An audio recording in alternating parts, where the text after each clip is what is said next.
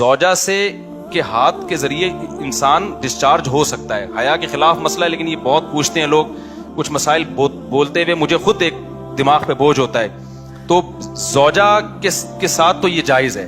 اپنے ہاتھ سے اپنی خواہش پوری کرنے کی شریعت میں آپ کو اجازت نہیں ہے. تو آپ خوب سمجھ لو, اللہ تعالیٰ نے مرد کو یہ حکم دیا ہے کہ وہ سوائے شادی کے اس کے پاس اپنی بیوی کے علاوہ اپنی خواہش پوری کرنے کا کوئی راستہ نہیں. اب اللہ آپ کی اس مجبوری کو مجبوری نہیں مانتے کہ ایکچولی میں سفر میں ہوں, میں اسٹڈی کے دوران تو میں ہینڈ پریکٹس سے اپنی خواہش پوری نہیں کروں گا تو میں ڈپریشن میں جاؤں گا. تو بھائی تو شادی کرنا بیٹھ کے.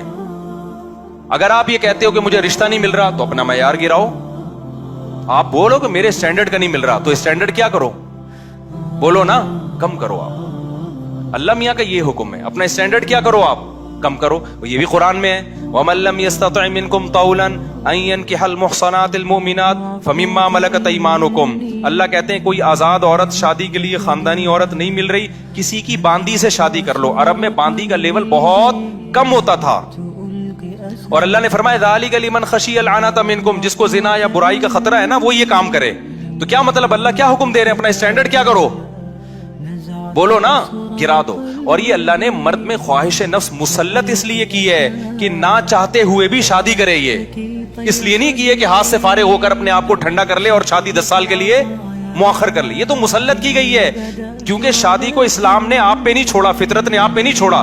ہم اور آپ پہ چھوڑا ہوتا تو ہم 50 سال کے ہو کے بھی نہیں کر رہے ہوتے.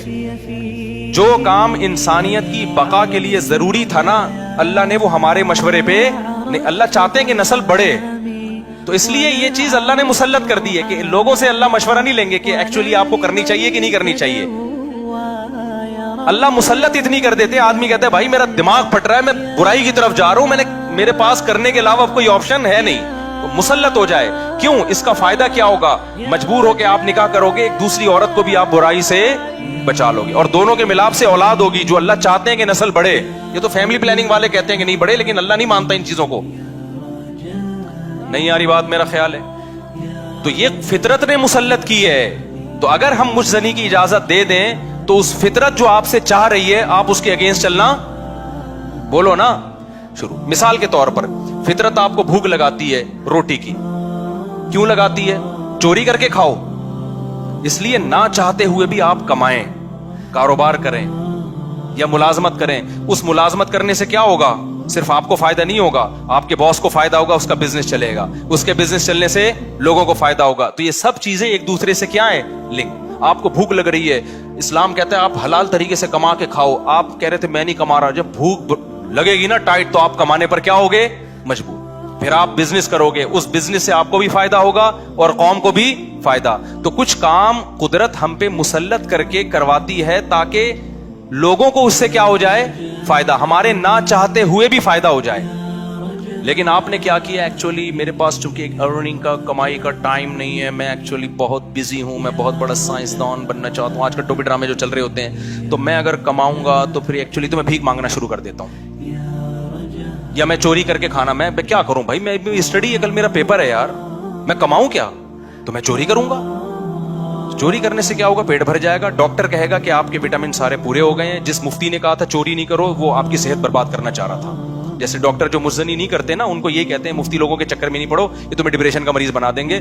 کوئی بات نہیں, اپنے آپ کو ہاتھ سے فارغ کر لیا کرو, اس سے ڈپریشن کیا ہو جائے گی, ختم. او بھائی, اس سے اس کی ڈپریشن ختم ہوگی, قوم کی ڈپریشن بڑھے گی, عورتوں کی ڈپریشن بڑھے گی. مرد ان سے شادیاں ٹائم پہ نہیں کریں گے, جیسے بڑھ رہی ہے ڈپریشن, وہ بھی زنا کی طرف جائیں گی, وہ بھی ہاتھ سے, اور جو گند ہماری سوسائٹی میں پھیل رہا ہے اور نسل کی کمی کا ذریعہ بنے گی. بہت سارے سائیڈ افیکٹ ہوں گے اس کے.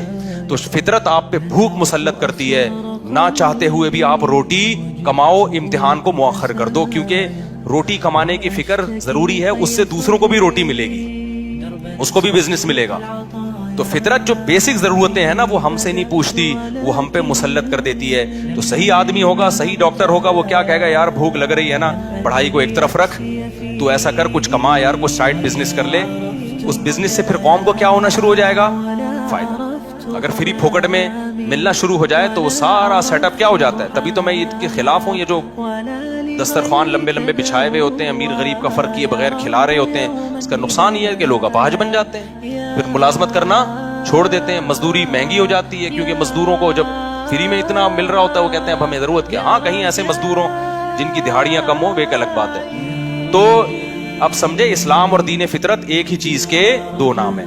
تو اللہ میاں نے جب حکم دے دیا ہمیں کہ تمہارے پاس نکاح کے علاوہ کوئی راستہ نہیں ہے, تو اٹ مینز اب کوئی راستہ نہیں. اگر کسی کو لت پڑ چکی ہے تو توبہ کرے, عادت چھوڑنے کی کوشش کرے وہ.